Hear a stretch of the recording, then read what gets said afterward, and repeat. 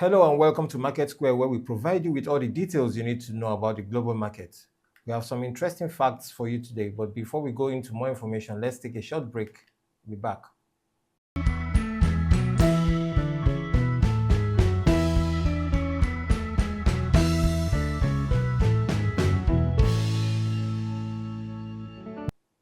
Welcome back.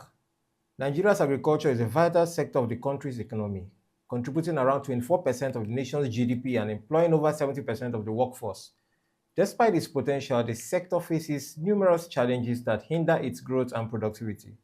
The country has 70.8 million hectares of agricultural land, with 34 million hectares being arable. Crop cultivation dominates agricultural activities, with 91% of agricultural households engaging in it. Cereals, oilseed crops, and root crops are commonly cultivated.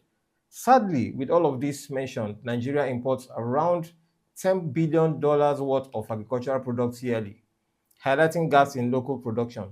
With issues such as insecurity, unfavorable policies, and inconsistencies, the road seems to be rough ahead of the sector. In summary, Nigeria's agricultural sector has immense potential, but addressing the challenges it faces will be crucial to unlocking its full potential and achieving sustainable agricultural development.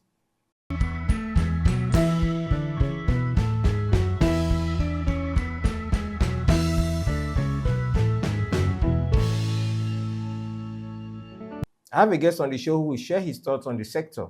Said Oshin is a farmer and an agribusiness consultant. Thanks for joining me. What is your view about the dying agricultural sector in Nigeria, which you operate in? So thank you, Francis, for inviting me on your show. My name is Oshin Said, the Chief Operation Officer of Greenboo's Agritech. We are an agri-business technology venture based in Nigeria, covering southwest Nigeria. We are promoting biodiversity and also integration of cash crop, backward integration for cash crop, for processing companies that want to set up farm or existing companies that want to optimize their farm operations. And so we do cashew, we do cocoa, we set up and manage cassava, oil palm, and others. So we also promote and train existing and agropreneurs in different aspects of smart farming, and we promote made in Nigerian SMEs using some of this produce to process wonderful products. Yeah, so we have an e-commerce where we do the distribution of some of these products in Lagos. Looking at insecurity around the country, especially with the killings in Benue of farmers and their families, don't you think we are heading towards food insecurity? Yeah, so talking about agriculture sector in Nigeria and why it's dying or why it's crumbling, one of the issues about agriculture is that, you see, for any economy to grow, the food security, food sovereignty is paramount. And what is causing our own to be like this is because of security. The security of lives and property of every citizen, especially the farmers who are the feeders of the nation, is very, very paramount. So it is very, very important that we put what they call it, priority to every aspect of agriculture.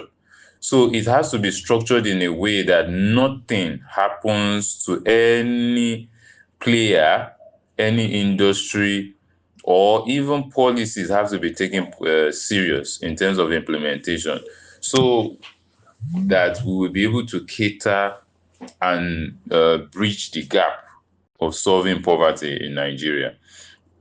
So the structure, since the oil, what they call it, and since the event of diversifying the revenue of the government, there've been a lot of advocacy for non-oil sector to add to the GDP, and agriculture is doing well. but it's just averagely doing well. We need to do more in terms of value addition, in terms of policy, in terms of capital, access to capital as at when due, to the production and also the processing. You understand me? So it's a supply chain, it's a value chain that is integrated. If you miss one, then the other one won't be successful. Just like if I give you a case study of how we achieved the rice revolution. So there was a lot of capital, there was a lot of sensitization, of mechanization into making sure that every state that can produce rice. You understand me? And when that happened, there was what the backward integration connecting those rice farmers to processors, because there's a demand. Then policy of banning the importation of rice so that we'll be able to what? We'll be able to consume what we produce. You can see we achieved that, but down the line, the insecurity had made this dream to go back to the olden days again. Do you think this can be curtailed to protect farmers like yourself and others? So talking about the insecurity in Benue State and especially Benue State, we should look at it. We, in the foundation of Nigeria, why do we call Benue the food basket? Because Benue produces a lot of things, cassava, soya beans, a lot. Most of the fruits that we consume, orange, comes from Benue State, yam, Benue State. So imagine dislocating that state. It means the supply chain for all these key produce will be affected. And that is one of the reasons why it's adding to our inflation, because, apart from the physical policy, if food, is not affordable, then it becomes an issue, it becomes a crisis. So the killings of farmers and families in Benue State, displacement has to be dealt with matter of emergency and urgency. Emergency and urgency in the sense that these people are the producers. These people are the food growers, So every farmer in Nigeria, have to be protected. Every farmer have to be protected, just like we protect the politicians and celebrities and, the soldiers. So the same way farmers need to be protected, because they are the feeders and the growers of the economy. If we don't have farmers, just we have a comparative advantage to some advanced countries. So I see no reason why we cannot protect citizens that are producing food in a mass with less resources. Imagine they have the modernized the technology, they will do more. But even with that, they are still being killed, and it has to be a matter of urgency. Looking at agriculture at the grassroots, do you think people are picking up the course in schools as compared to what was obtained before? And what are the challenges? Talking of agri college and universities, we have a few people studying agri, but the major problem is the practice. How do you convert what you study into practice? Majority of the people doing agric or studying agric don't have the intent of practicing. They are just there doing agric maybe because they are low grade, or maybe they find themselves as the last option. They don't also have the practical knowledge, in terms of mechanization, in terms of adopting technology. But there's a few number of people now, introducing like drone, like precision, like irrigation to many agri students. You understand, collaborating with some of the college and university to take up, these students or undergraduates to know what is attainable in the present world now in solving food security. And I think the challenge is that the curriculum of the agric institutions needs to be reviewed. I won't say reformed, reviewed to um, portray the current focus. You understand me? The climate change. There's a lot of smart technologies that can help to mitigate climate change. You understand? Now, talking about the type of seeds, talking about each crop insurance, they need to understand the importance. They need to understand the integrity of why farming, of why agriculture, of why food security needs to be solved. So they need to be given scholarship or even given stipends, allowance, to be able to encourage them to make it as a career. It's very, very important that the undergraduates adopt and make it a career for them to see the benefits, of solving food insecurity in Nigeria. On export, there have been complaints of rejection of agro-export products at the airport, especially based on standards. What's your advice on this? This as related to local producers now.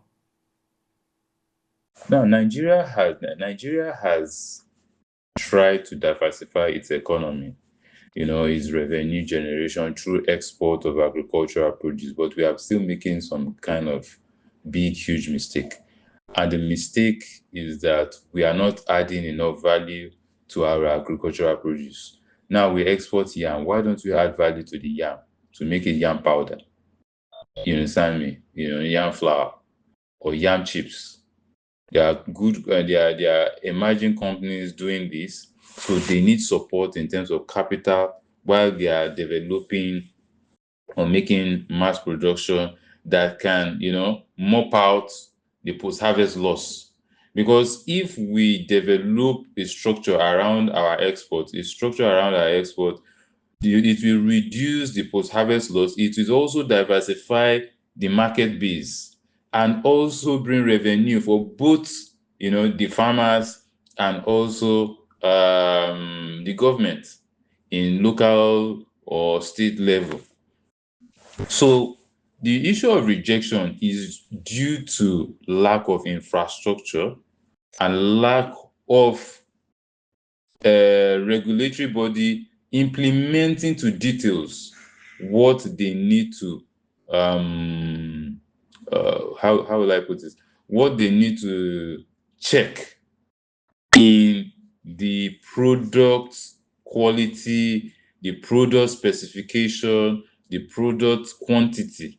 You understand? So it is very, very important that the government puts structure in place. I'll give you an instance. Now, somebody said he was one of the first people to export pepper, fresh pepper from Nigeria to Europe. And because there was no structure, we don't export fresh pepper.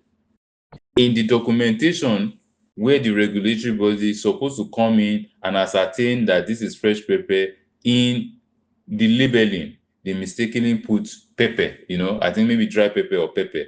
When it got to the point of entry, the people there saw it, and because they labeled it in the wrong way, left the pepper at the what they call the point of entry there, and because of that, it got spoiled.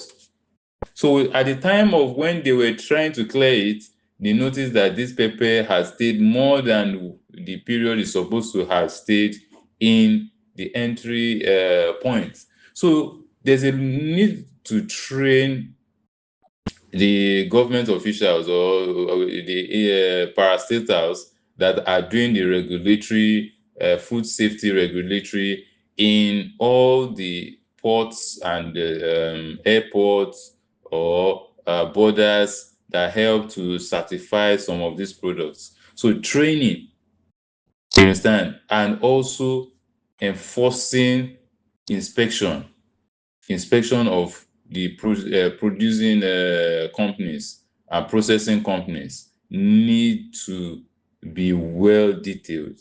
It need to be well monitored so that they produce according to the specification in the food safety work condition. Do you think the government is doing enough, especially in budgetary areas and policies on agriculture? So now, talking is it when we talk about budget, Nigeria is still, I don't know, Nigeria government needs to be serious and sincere. Why? Just recently, the government budget was being padded with a lot of things that was unnecessary. Inflation. When we talk about budget and policies, we need a sincere and a serious government that want to really transform this economy and make it prosperous.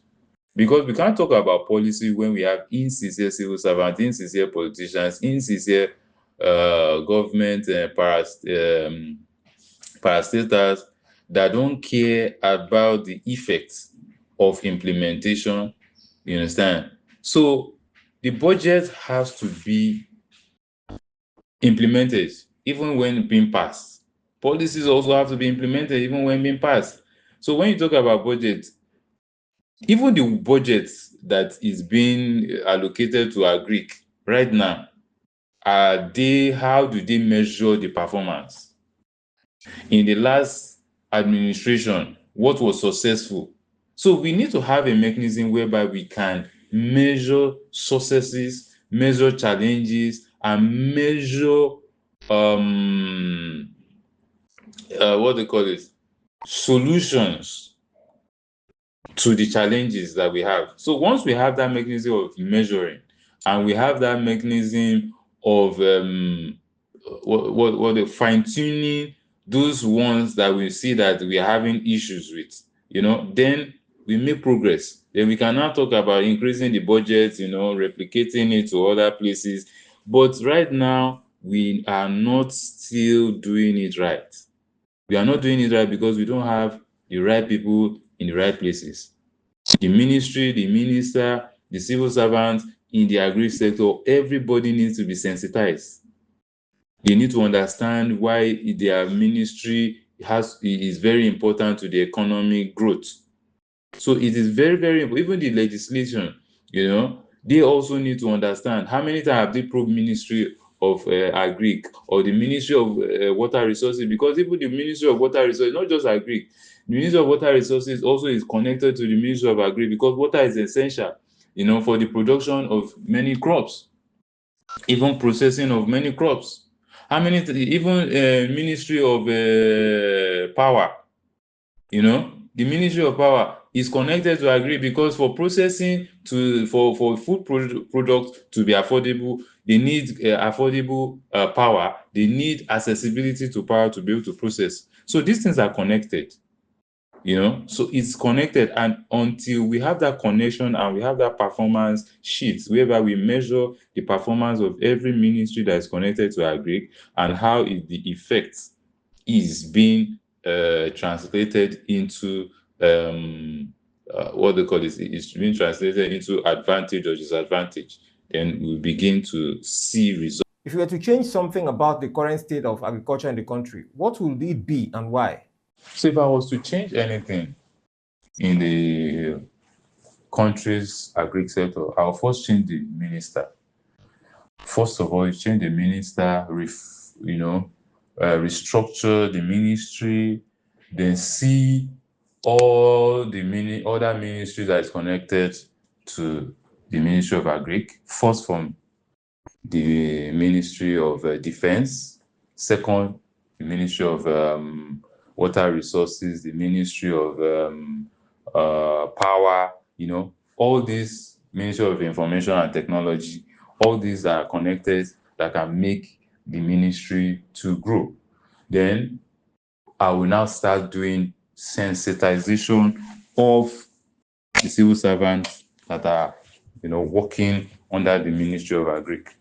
Then do a collaboration and develop a database For all the stakeholders in the Ministry of Agric, in connection with all the colleges and universities specialized in producing young graduates, then we'll start doing a kind of workshop. We do a roadmap on different crops, from cash crop to food crop to vegetables to spice, do a roadmap to how we can produce, how we can solve each of the challenges affecting each of these crop. Then we'll now start engaging the stakeholders in these sectors and pair them with the graduates that need, that are, studying some of these what they call it, some of these courses that is related to the crops. So it's going to be a whole framework, draft a master plan that is going to be implemented on a quarterly basis and be measured so that everyone is not left out. Okay, Said, so let's have your final thoughts to viewers out there.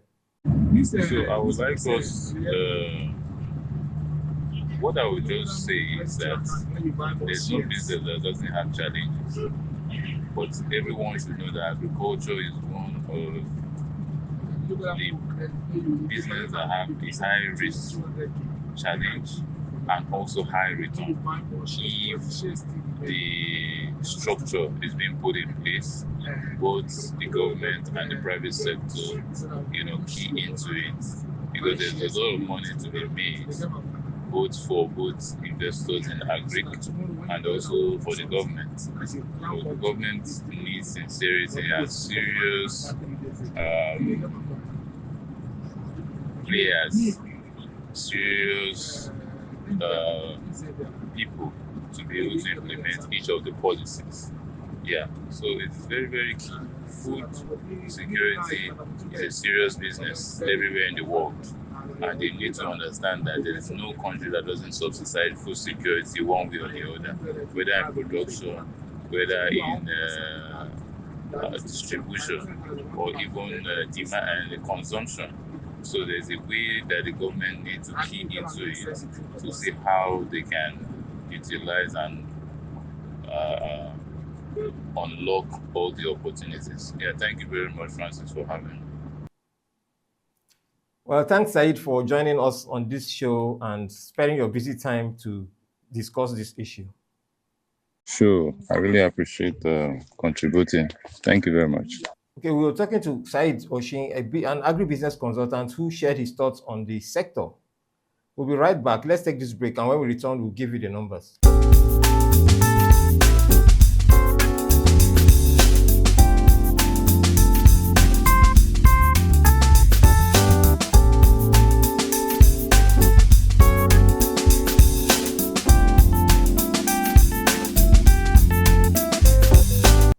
The exchange rate between the Naira and the US dollar, according to the data released by the Central Bank of Nigeria, CBN, the official forex trading portal, showed that the Naira traded for 1,544 Naira 62 kobo per dollar on Monday, June 16, 2025, from 1,549 Naira 35 kobo per dollar on Friday, June 13th. However, the Naira is trading as high as 1,597 Naira per dollar at the black market, even though the Central Bank of Nigeria announced the unification of all segments of the foreign exchange market. The Apex Bank, in a circular on Wednesday, 14 June 2023, said all FX windows were now collapsed into the investors and exporters window. The statement read, "Abolishment of segmentation. All segments are now collapsed into the investors and exporters window. Applications for medicals, school fees, BTA/PTA, and SMEs will continue to be processed through deposit money banks. Reintroduction of the willing buyer, willing seller model at the I&E window. Operations in this window shall be guided by the extracurricular on the establishment of the window, dated 21st April 2017, and referenced FMDIR CIRGN. All eligible transactions are permitted to access foreign exchange at this window.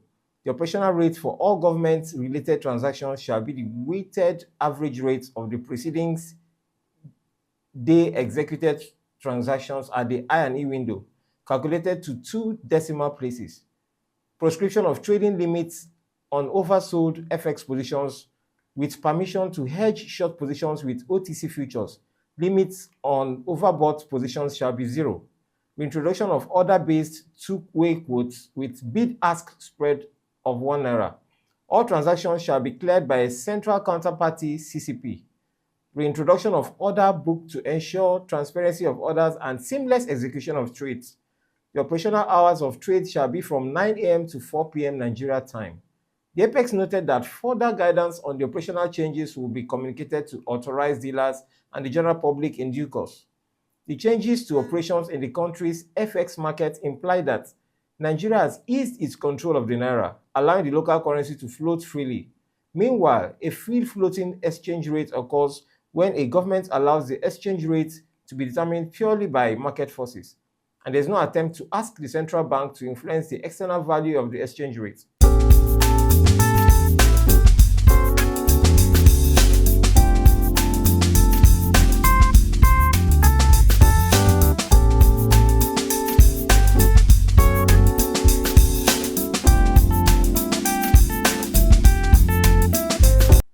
And that's where we call it a day on today's episode of Market Square.